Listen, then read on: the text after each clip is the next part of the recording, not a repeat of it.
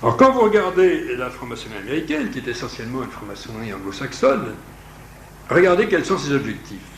Ils ont été remarquablement analysés dans l'encyclopédie catholique de 1913. Je dis bien 1913, c'est-à-dire il y a maintenant plus de 80 ans, par un jésuite qui s'appelle le père Gruber.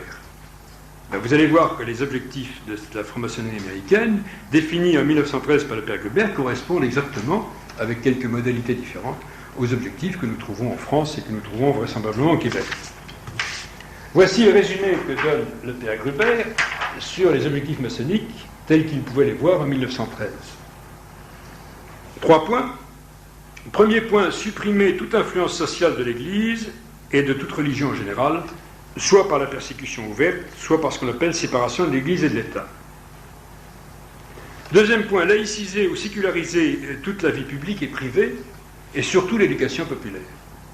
Troisième point, développer systématiquement la liberté de pensée et de conscience chez les enfants des écoles, les protéger contre les influences perturbatrices de l'Église et même de leurs propres parents, éventuellement par contrainte si la chose est nécessaire. Dans ce programme, vous avez pratiquement tout le programme de sécularisation de la société, de laïcisation de la société, que nous voyons appliquer en France méthodiquement par le Grand Orient et la Grande Loge, et que l'on voit appliquer, que le père Gruber a vu en 1913 appliqué aux États-Unis. Et il est bien évident que les choses n'ont pas changé depuis cette date 1913.